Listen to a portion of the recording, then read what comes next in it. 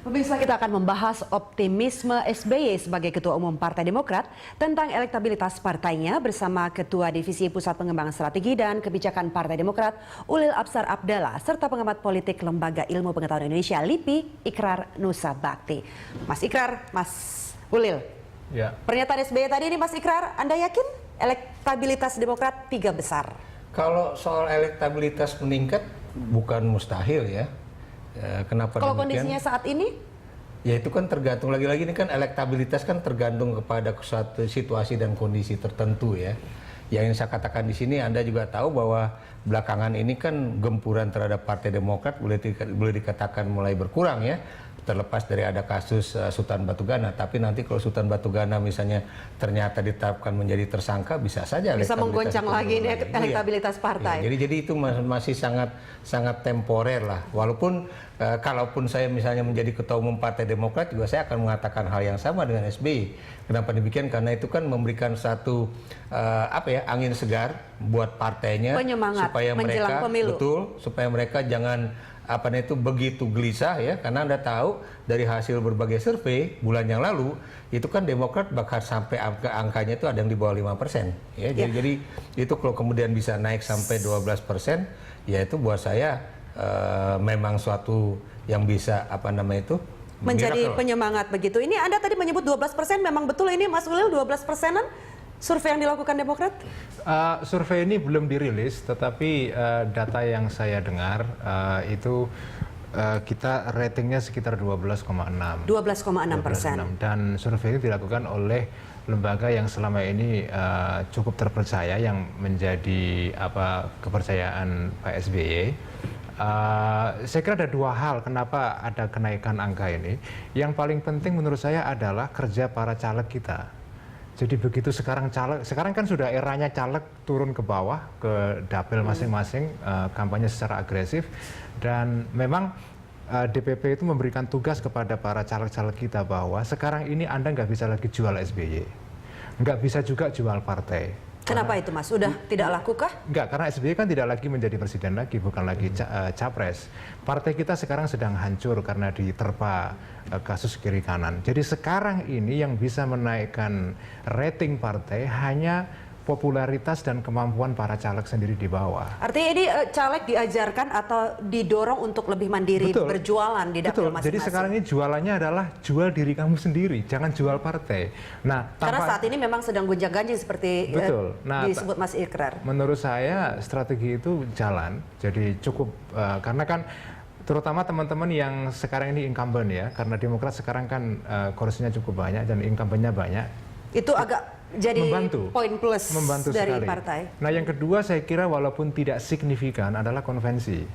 Jadi konvensi ini walaupun tidak seperti yang kita harapkan dampaknya, tetapi saya kira ada. Gaungnya tetap ada. Dampaknya ada lah, karena kita terutama ketika kita menyelenggarakan debat-debat di berbagai daerah sekarang ini ya. Sekarang masih berlangsung terus kan. Besok Rabu di Makassar, kemudian ada lagi di Banjarmasin, terus terakhir di Jakarta nanti. Ya, Mas Ikrar, Anda juga melihat yang sama konvensi yang dilakukan oleh Demokrat ini cukup agak berbeda menaikkan? Dengan Bung Ulil ya, karena saya tidak melihat gaungnya cukup tinggi ya. Saya beri contoh misalnya dalam debat yang terakhir di Kalimantan, kalau nggak salah. Di Bogor.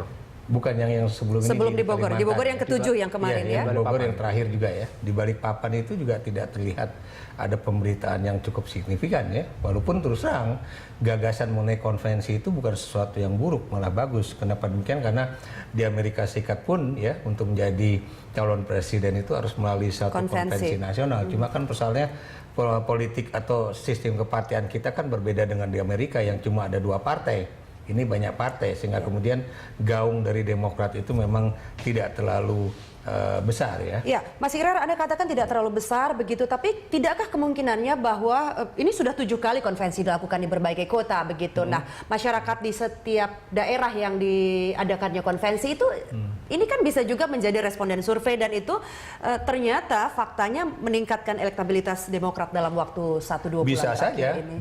Dan kita juga tahu bahwa dari hasil konvensi itu kan lebih banyak mengenai siapa yang kemudian lebih menonjol sebagai calon presiden dari Partai Demokrat ketimbang pilihan terhadap partai itu sendiri ya. Dan kita juga berharap bahwa konvensi ini benar-benar berjalan secara normal. Yang ini saya katakan berjalan dengan normal ya. Jangan sampai kemudian orang-orang yang ikut di dalam konvensi, khususnya yang berasal dari Partai Demokrat, itu akan berusaha mengganjal orang-orang yang bukan berasal dari partai itu kemudian ketika dia muncul sebagai pemenang pertama ataupun pemenang kedua. Karena Anda juga tahu kan di antara orang-orang yang maju dalam konvensi ini ada beberapa orang menteri ya yang Anda tahu isu-isu korupsinya juga ada. Nah, ini yang saya dan masih diingat juga oleh publik. Betul begitu. ya, dan itu yang kemudian kalau itu nanti kemudian dimunculkan oleh salah seorang dari calon presiden dari Partai Demokrat yang berasal dari partai, itu buat saya itu akan menimbulkan satu persoalan internal di Partai Demokrat itu sendiri. Iya, Mas Ikrar, Mas Ulil, kita lanjutkan perbincangan mengenai elektabilitas Partai Demokrat sesaat lagi. Pemirsa, tetaplah bersama kami. Ya, menurut SBY, Demokrat berada di 3 besar urutan elektabilitas. Mas Ulil, tadi kalau Mas Ikrar mengatakan konvensi sebetulnya tidak ada gaungnya, apakah kemudian jangan-jangan keuntungan kenaikan elektabilitas Demokrat ini karena elektabilitas partai-partai lain juga stuck begitu, tidak naik-naik atau bahkan sebagian turun? Kalau partai-partai lain yang terutama yang dua yang sekarang disebut oleh banyak survei sebagai teratas ya, PDIP dan Golkar, sebetulnya mereka naik walaupun tidak tajam ya, tapi cukup mengalami kenaikan yang terus-menerus ya. Saya kira kalau saya menafsirkannya sih dalam pandangan orang dalam, saya mengatakan ini terus terang faktornya adalah tadi itu karena kerja keras para caleg-caleg kita. Ini kan gini, siklus elektabilitas itu begini. Pemilu itu makin dekat hari H, itu perubahan yang kadang-kadang nggak terduga itu makin besar terjadi kemungkinannya. Jadi pemilu itu kayak main basket. Jadi bahkan 1 menit atau setengah menit bisa menentukan. Itu bisa menentukan kalah menang, serius. Jadi perubahan di dalam skor politik itu sangat labil sekali sampai ke menit-menit terakhir. Nah, sekarang ini kan tinggal sisa waktu ya sampai Pileg tanggal 9 April. 1 bulan setengah lagi lah ya. Tidak sampai bahkan 1 bulan. Ini sebetulnya ada periode kalau orang maraton gitu sprinting ini. Lari cepat sekali. Dan itu bisa mengubah konstelasi.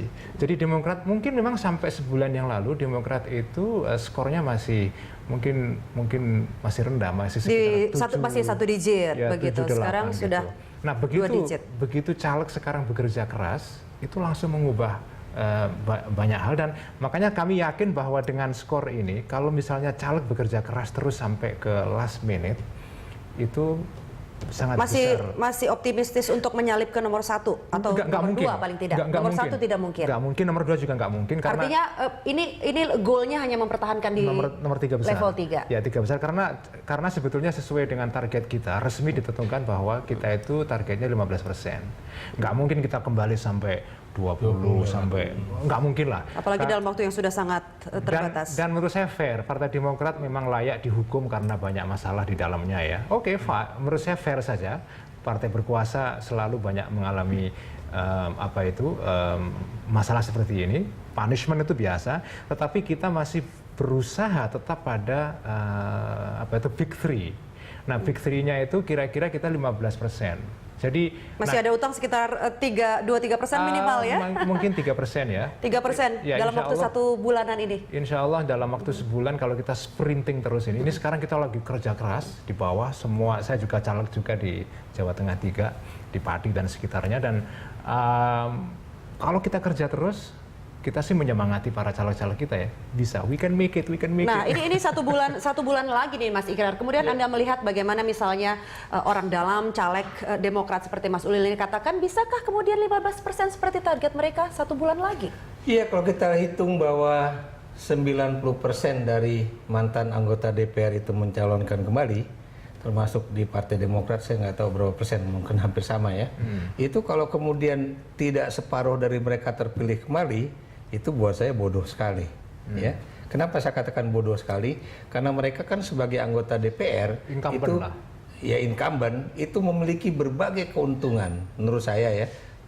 Karena mereka kan mau tidak mau setiap ada masa reses itu kan ada anggarannya ya, ada anggaran macam-macam yang kemudian bisa membuat satu hubungan dari hati ke hati antara dia dengan konstituennya.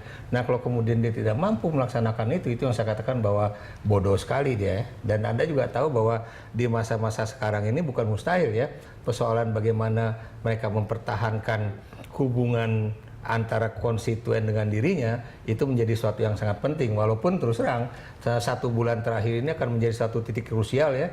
Kenapa demikian? Bukan mustahil apa yang disebut dengan politik uang itu juga akan bermain pula. Dan ini kalau misalnya Bawaslu atau kemudian juga aparat-aparat keamanan tidak memantau persoalan ini, bukan mustahil akan jor-joran politik uangnya. Ya, dan itu yang bisa menentukan yang tadi saya katakan siapa yang bisa mencapai garis finish dengan begitu baik ya, walaupun Harian Kompas misalnya berupaya untuk mengatakan bahwa namanya politik uang itu tidak akan ada artinya. Kenapa demikian? Karena toh pilihan orang juga akan berbeda dibanding dengan uang yang mereka terima ya. Tapi Anda juga harus ingat bahwa kalau misalnya dampaknya seseorang pasti tetap ada. Kalau buat saya tetap ada kalau kemudian jor-joran itu terjadi. Saya beri contoh misalnya ada orang yang memberikan 50 tapi ada yang berani memberikan 100 atau 150, tentunya orang akan membeli yang 150.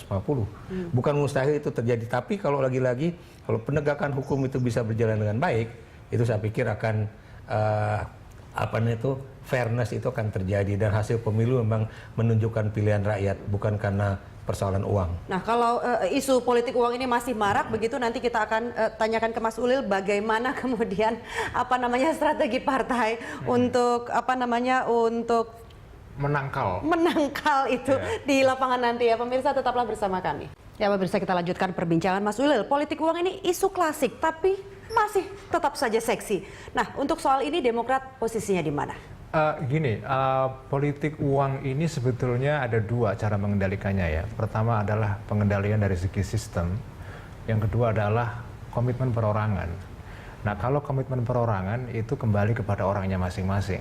Nah, sekarang ini saya melihat ya, terutama teman-teman saya yang nyalek di Demokrat, yang anak-anak generasi baru, anak-anak muda itu, saya melihat mereka punya komitmen yang cukup baik untuk berusaha mengeliminasi, menyingkirkan politik uang ini. Nah, secara sistem kan tapi sekarang... itu berapa banyak dari seluruh caleg yang ada? Saya nggak bisa cerita mengenai persentasinya karena saya belum menghitung, tapi saya melihat ada banyak teman-teman muda yang nyalek ini yang saya melihat komitmennya untuk bermain bersih ya. Teman-teman muda ini artinya caleg-caleg baru? Caleg-caleg baru, yang newcomer, yang mereka ini masih punya idealisme yang cukup baik. Dan makanya gini, Anda ini nggak bisa menyelesaikan masalah politik uang ini kalau Anda tidak bisa menarik generasi baru yang masih punya idealisme bagus ke partai politik. Kalau partai politik digebuki terus, disinisi terus, lalu orang tidak tertarik masuk ke situ, isinya orang kotor semua, kapan kita punya partai politik yang baik? Makanya menurut saya... punya kader-kader yang juga bersih. Himbauan saya kepada generasi muda, politik is a good option. Untuk menjalani karir sebagai seorang profesional di situ dengan idealisme yang tinggi, itu terbuka sekarang dengan demokrasi yang sekarang terbuka. Ya, cuma kan masalahnya Mas Ulil, selama ini kan partai-partai politik memang stigmanya sudah begitu buruk di mata publik, kemudian belum lagi diisi oleh orang-orang yang juga sudah terbukti juga begitu tersangkut segala macam kasus. Saya bekerja dari kalau masuk dari persentase kuantitas orang-orang baru ini berapa banyak sih, sementara yang petahana atau incumbent tadi itu masih tetap juga mencalonkan lagi. Kalau newcomer ini justru lebih banyak karena incumbent itu kan jumlahnya sesuai dengan jumlah kursi di DPR. Tetapi yang baru lebih banyak lagi menurut saya. Dan gini, sekarang ini di bawah, setelah saya lihat di bawah, sebetulnya kalau Anda itu incumbent Mas Ikrar ya, tidak menjamin kok Anda bisa jadi lagi. Banyak teman-teman incumbent yang juga ini karena kita juga punya riset di dalam survei di dalam internal ke seluruh dapil di Indonesia. Tidak semua incumbent itu menarik perhatian. Jadi sekarang ini kemunculan tokoh-tokoh baru, anak-anak muda baru yang dikenal di tempat itu, di wilayah itu mereka bisa. Jadi saya sih memang gini, politik uang ini adalah masalah besar yang cara menyelesaikannya tidak bisa saknyet kalau orang Jawa bilang, nggak bisa mendadak. Butuh proses yang pelan-pelan. Secara sistemik ya, sekarang KPU sudah memaksa semua partai untuk melakukan pelaporan keuangan secara dana kampanye itu tadi ya. Secara reguler. Mungkin tidak bisa mengcover seluruh spending partai ya, tetapi sekurang-kurangnya sudah ada mekanisme untuk membuat pendanaan ini transparan. Lebih transparan begitu. Nah tadi Mas Ulil kan mengatakan sudah banyak newcomer dan kemudian survei juga tidak lagi melulu petahana atau incumbent itu bisa menang. Nah tadi Mas Ikrar sebelumnya juga mengatakan kalau 50% saja dari incumbent Demokrat ini nggak lolos itu udah bodoh sekali. Oh iya, itu berarti mereka ini kalau melihat dari pertama survei, dia tidak bekerja di parlemen ya. Artinya sekarang apakah kemudian kalau dari hasil survei yang dikatakan Mas Ulil, sebagian incumbent Demokrat tidak bekerja? Ya, jadi begini, kalau kita lihat bukan cuma di Demokrat ya, kalau Anda Di lihat seluruh ya, partai. 560 anggota Dewan Perwakilan Rakyat Republik Indonesia, berapa sih yang Anda kenal ya? Berapa yang Anda kenal yang kemudian benar-benar melakukan artikulasi politik terhadap kepentingan rakyat? Nggak ya? banyak. Nggak nyampe 10%. Ya, itu bisa dihitung dengan jari kaki dan jari tangan mungkin ya. Jadi itu saja udah menunjukkan betapa tidak lebih banyak orang-orang di DPR itu yang tidak bersuara ketimbang yang bersuara, itu dari segi kinerja ya. Walaupun tidak sedikit juga yang tidak bersuara di media tapi dia bekerja dengan sangat baik, dan itu memang memiliki satu ukuran tersendiri ya. Tapi kemudian juga tidak sedikit juga ya yang kemudian hanya mengandalkan dari politik uang itu sendiri ya, yang masih tergantung pada sebaran-sebaran uang yang dilakukan oleh konsultan-konsultan politik mereka dan sebagainya. Jadi ini yang ingin saya katakan di sini, bahwa saya juga termasuk sama dengan Bung Ulil ya, bahwa saya tidak pernah mengatakan bahwa partai politik itu jahat ataupun buruk, karena biar gimana pun dia soko guru demokrasi. Yeah. Tapi yang ingin saya katakan itu adalah saya selalu mengatakan supaya ada satu perbaikan-perbaikan dalam partai politik itu ya, sehingga kemudian pada suatu titik tertentu orang semakin percaya kepada partai politik. Perbaikan dalam sistem atau regenerasi? Begini yang ingin saya katakan. Saya beri contoh misalnya, ada berapa komisi yang ada di Dewan Perwakilan Rakyat Republik Indonesia? Ya, dari sekian banyak komisi, berapa sih yang basah? Ya, yang paling basah itu kalau nggak komisi 10, komisi 7. Komisi 1 yang membidangi politik, pertahanan dan itu hampir-hampir, dan luar negeri itu hampir-hampir tidak tidak terlalu basah, kecuali kalau jalan-jalan ke luar negeri aja ya. Tapi itu kalau Anda lihat ya, kasus komisi 7 kalau memang semuanya itu berapa sih dibandingkan dengan jumlah anggota DPR secara keseluruhan ya. Itu yang harus kita lihat ya. Jadi saya melihat bahwa tidak semua anggota DPR itu korup ya.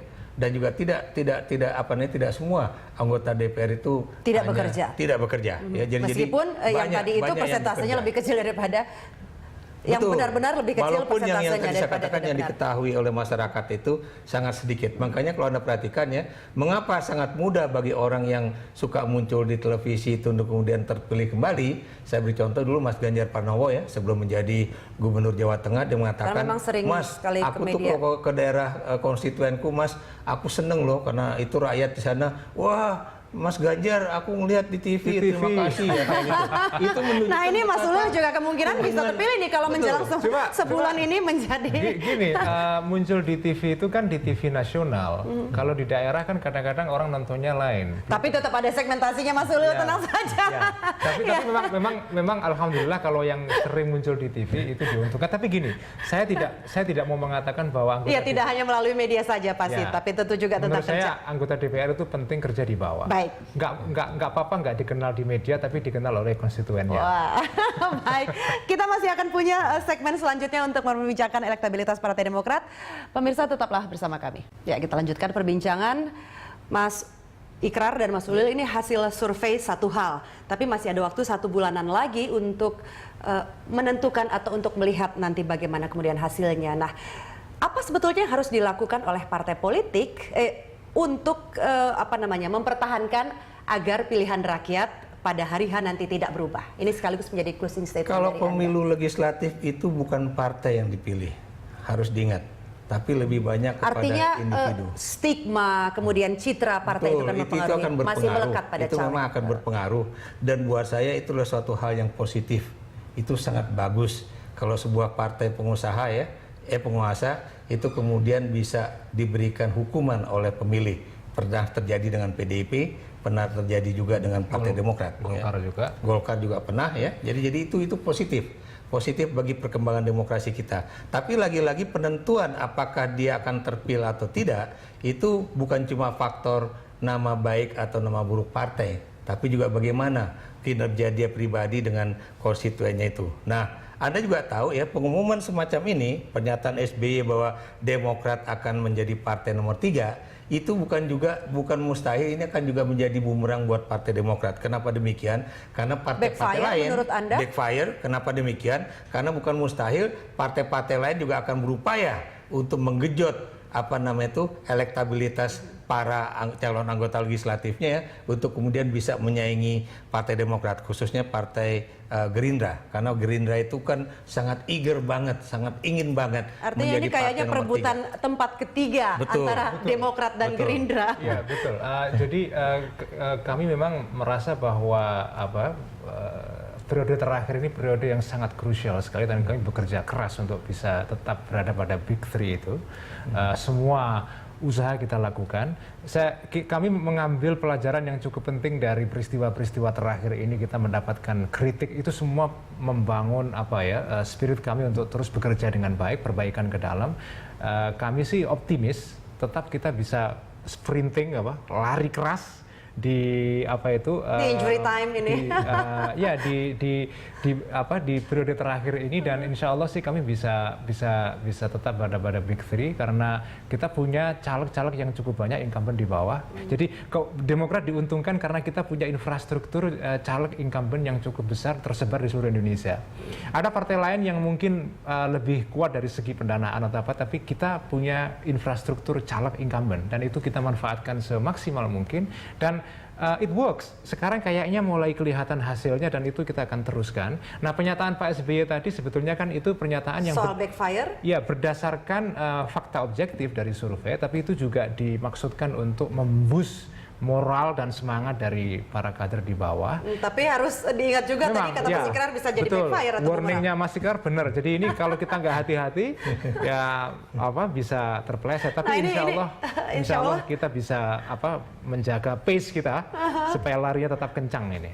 Ya, ini kita setelah dialog ini Mas Ulil akan ke DPP untuk membahas kemudian statement Mas Ikrar jangan sampai menjadi bumerang atau backfire.